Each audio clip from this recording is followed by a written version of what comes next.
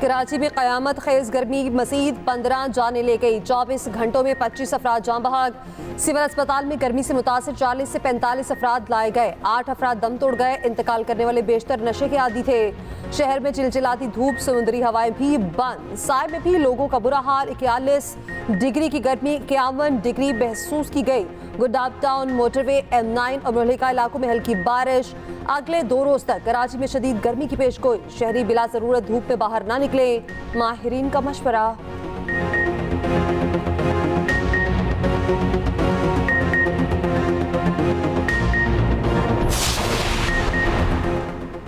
बानी PTI बतौर वजीर आज़म इलेक्शन कमीशन पर असरअंदाज हो रहे थे। इलेक्शन रुकवाने की कोशिश PTI ने की।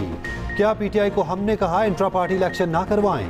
चीफ जस्टिस काजी फैज़ ईसा के सुन्नी इत्तेहाद काउंसिल की मखसूस नशिस्तों से मुतालिक केस में रिमार्क्स। कहा वक्त आ गया मुल्क आइन के मुताबिक चले। मखसूस नशिस्तों से मुतालिक आइन वाज़ेह है। आइन से हटकर कोई भी जज फैसला नहीं दे सकता। आज़ाद अरकान ने PTI ज्वाइन ना करके सियासी खुदकुशी नहीं की। आइन पर अमल ना होने से मुल्क की धज्जियां उड़ाई गईं। किसी की मर्जी पर अमल नहीं हो सकता। मुल्क मुश्किल से पटरी पर आता है, फिर कोई आकर उड़ा देता है। जब आइन के अल्फाज वाजे हैं तो हमारी क्या मजाल हम तशरीह करें? क्या हम पार्लियामेंट से ज़्यादा अक्लमंद या होशियार हो चुके?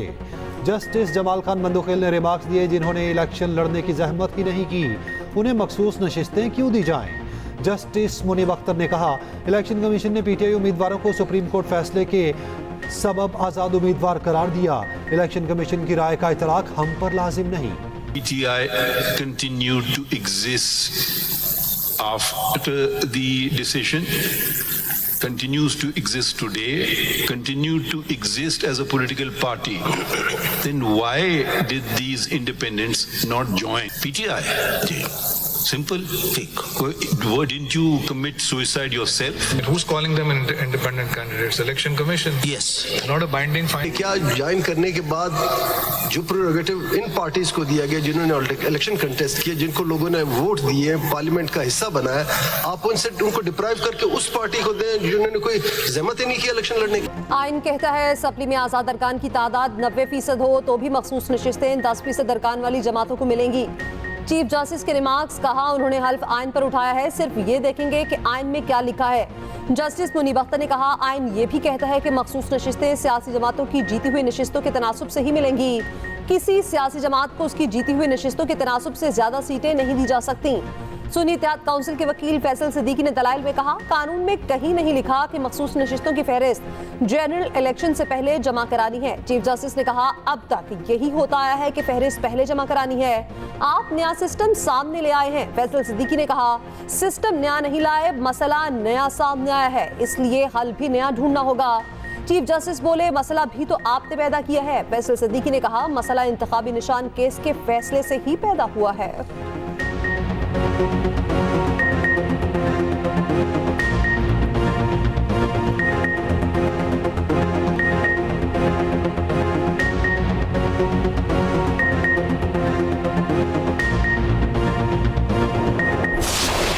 अज़्म इस्तेहकाम ऑपरेशन शुरू करेंगे।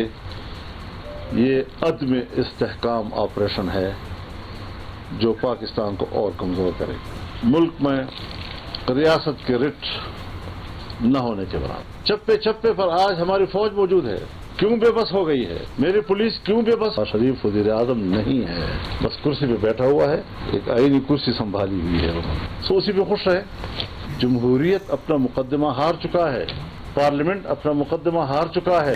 मौलाना फजलुर रहमान ने ऑपरेशन अज़्म इस्तेहकाम को ऑपरेशन अदम इस्तेहकाम करार दिया। कहा ऑपरेशन से मुल्क मजीद अदम इस्तेहकाम का शिकार होगा। फैसला कोई और करेगा और सियासी जमातें जिम्मेदारी उठाएंगी। अवाम की रियासत से वफादारी की कोई जमानत नहीं देगा। कोयटा में न्यूज़ कॉन्फ्रेंस। कहा शहबाज शरीफ वज़ीर आज़म नहीं, बस कुर्सी पर बैठने हैं। जमहूरियत और पार्लियामेंट अपना मुकदमा हार चुकी। जरदारी और शहबाज शरीफ जैसा इत्तेहाद नहीं बनाना, आइन के लिए खड़े होना है। बाजवा साहब खुद बानी PTI को कहते थे जनरल फैज बेहतरीन आर्मी चीफ होंगे। बानी PTI का किसी को आर्मी चीफ बनाने का कोई इरादा न था, न कभी बात की। दहशतगर्दी में इजाफा जनरल फैज को हटाने के बाद हुआ। वज़ीर आला KP अली अमीन गंडापुर की अडियाला जेल पे बानी से मुलाकात के बाद गुफ्तगू। कहा बदकिस्मती से जनरल फैज को ऐसे वक्त में हटाया गया जब वो अफगानिस्तान से अमन अमान से मुतालिक अहम किरदार अदा कर रहे थे। जनरल फैज को हटाने की वजह नवाज शरीफ या अमेरिका के साथ मिलकर बानी पीटीआई की हुकूमत गिराने का प्लान था। जनरल फैज को हटाकर ये दहशतगर्दी छोड़कर पीटीआई के पीछे लग गए। अली अमीन गंडा पर बोले ऑपरेशन अज़्म इस्तेहकाम अभी तक वासे नहीं, प्लान सामने आएगा तो बात होगी। अपेक्स कमेटी में अज़्म इस्तेहकाम का नाम आया, ऑपरेशन का लफ्ज पहले था ना ही बात में। किसी भी ऑपरेशन से पहले पार्लियामेंट को एतमाद में लिया जाए। बोले हुकूमत से मुज़ाकरात के लिए तैयार हैं। पहली बात मैंडेट चोरी और फॉर्म 45 की होगी।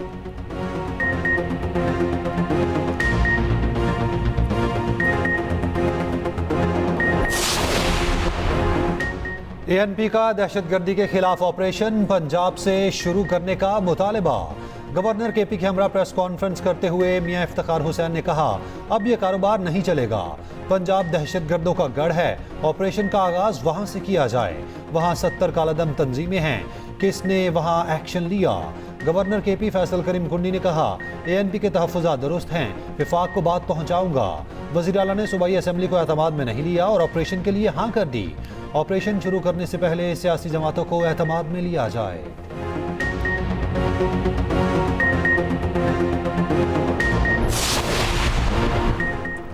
वज़ीर-ए-आज़म शहबाज शरीफ और बिल गेट्स का पाकिस्तान से पोलियो के खात्मे का आज़म। पोलियो के खात्मे के लिए कौमी टास्क फोर्स का इजलास। गेट्स फाउंडेशन के बिल गेट्स की शिरकत। शहबाज शरीफ ने कहा वफाकी हुकूमत सूबाई हुकूमतों के साथ मिलकर पोलियो के खात्मे के लिए पुरअज़्म है। सरहदी नक्लो हरकत के बायस पोलियो वायरस पाकिस्तान आया, पोलियो के खात्मे के लिए हमें फौरी अमल करना होगा। बिल गेट्स ने कहा पाकिस्तान में पोलियो का खात्मा नामुमकिन नहीं, इस मकसद के लिए तरजीहात का दुरुस्त होना जरूरी है। उधर वज़ीर-ए-आज़म ने कौमी तालीमी इमरजेंसी पर काम के लिए 19 रुकनी टास्क फोर्स तश्कील दे दी। वज़ीर-ए-आज़म ने रुकन कौमी असम्बली मोइन वट्टू की मुलाकात, हल्के के मसाइल और सियासी सूरत हाल पर गुफ्तगू की।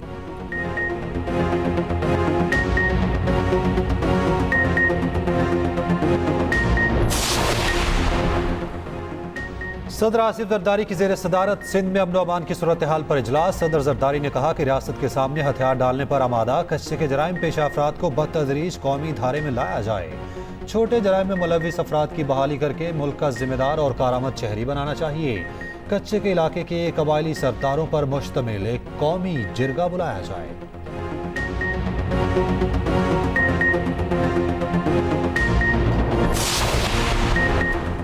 वज़ीर-ए-आला पंजाब का हर डिवीजन में मरीम की दस्तक की सर्विसेज शुरू करने का हुक्म। वज़ीर-ए-आला मरीम नवाज की ज़ेर सदारत इजलास। प्रोजेक्ट में तोसी की मंजूरी। 14 अगस्त से हर डिवीजन में मरीम की दस्तक सर्विसेज शुरू हो जाएंगी। पुलिस, रेवेन्यू, बल्दियात, एक्साइज, टीएमए, डेवलपमेंट अथॉरिटी समेत तमाम दीगर महकमों की सर्विसेज दस्तक के जरिए मुयसर होंगी। उधर वज़ीर-ए-आला मरीम नवाज का आलमी यौम ख़ातीन बराए सफारतकारी के मौके पर पैगाम। कहा पंजाब हुकूमत ख़ातीन को बाइख्तियार बनाने और सिनफी मसावात को फ़रोग़ देने के लिए पुरअज़्म है।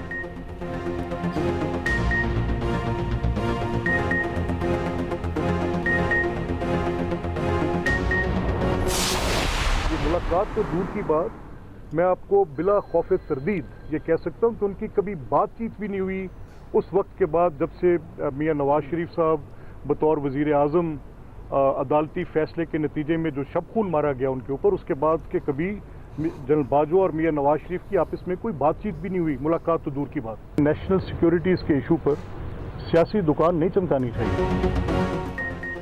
जनरल बाजवा की नवाज शरीफ से मुलाकात तो क्या, कोई बात भी नहीं हुई।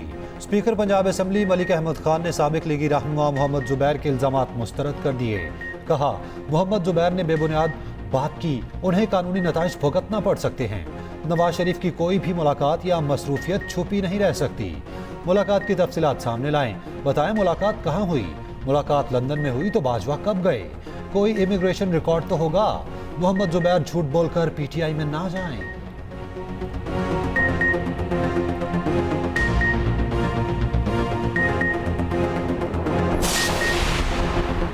इलेक्शन कमीशन का ट्रिब्यूनल तब्दीली का नोटिफिकेशन मुअत्तल। जस्टिस तारिक महमूद जहांगीरी पर मुश्तमिल ट्रिब्यूनल बहाल।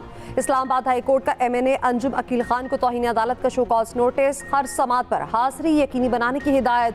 चीफ जस्टिस आमिर फारूक ने एडिशनल अटॉर्नी जनरल से कहा कौन सा आसमान गिरने लगा था कि कायमुकाम सदर से रातों रात ऑर्डिनेंस जारी करा दिया।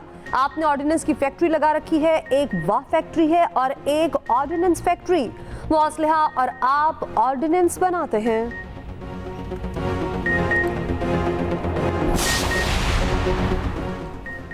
तहरीक इंसाफ के अरकान का पार्लियामेंट से सुप्रीम कोर्ट तक पैदल मार्च।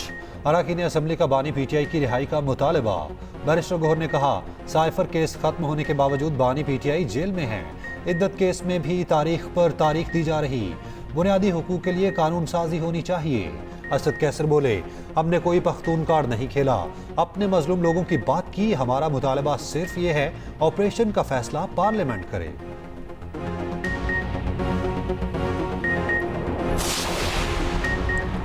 किसी से डील हुई ना मुज़ाकरात, बानी पीटीआई के साथ था, हूं और रहूंगा। चौधरी परवेज इलाही कहते हैं काफ लीग पहले गुजरात का मैंडेट वापस करे फिर बात होगी। असेंबली तोड़ने के फैसले में भी अल्लाह ने खैर रखी थी।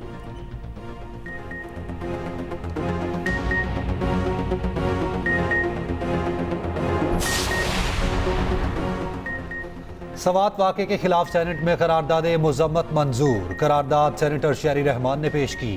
तहकीकात करके जिम्मेदारों की करारवाक़ी सजा देने का मुतालबा। करारदाद शेयर न करने पर अपोजिशन का हिमायत से इनकार। केपी में मुमकिन ऑपरेशन के खिलाफ पीटीआई का सेनेट से वॉकआउट। उधर सवात वाक़े के खिलाफ पंजाब असेंबली में करारदाद मुतफ़िक़ा मंजूर। तौहीन मज़हब के वाक़यात पर करारदाद हुकूमती रुकन राहिला खादिम ने पेश की। ऑपरेशन अज़्म इस्तेहकाम की हिमायत में करारदाद जमा। ऑपरेशन में मुकम्मल ताउन की यकीन दहानी।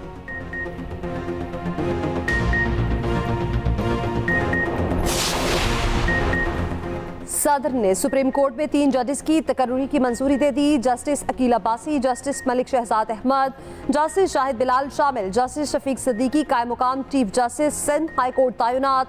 सदर ने मंजूरी दे दी, नोटिफिकेशन जारी। सुप्रीम कोर्ट के तीनों जजेस आज हल्फ उठाएंगे।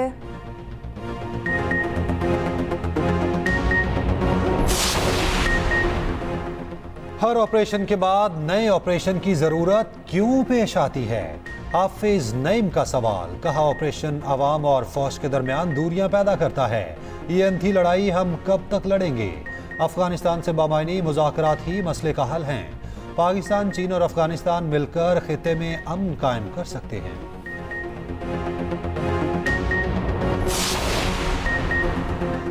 कराची सिटी काउंसिल का बजट इजलास मछली मंडी बन गया। ऑपोजिशन की हंगामा राई, बजट की कॉपियां फाड़ दी।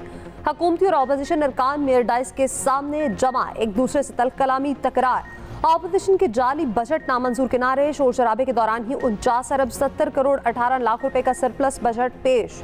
मेयर कराची मुर्तज़ा कहते हैं हब डैम से नई नहर तामीर, पुरानी नहर की मुरम्मत की जाएगी। रेड लाइन, येलो लाइन और ग्रीन लाइन पर काम जारी है। 25 ग्रीन बसें चलाई जाएंगी।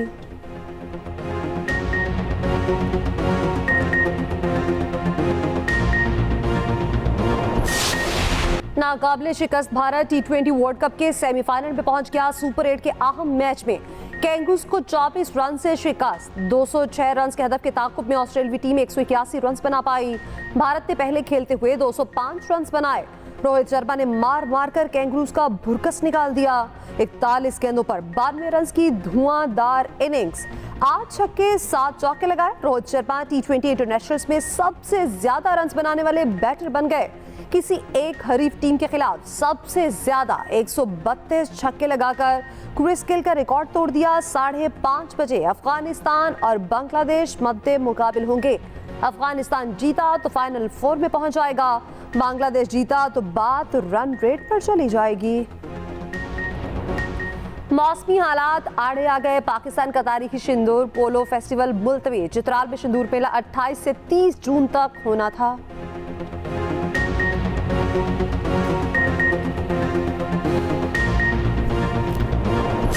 और एक्शन से भरपूर फिल्म मर्डर कंपनी धूम मचाने को तैयार। जंग अजीम से जुड़े वाकयात पर मबनी फिल्म 5 जुलाई को जारी होगी।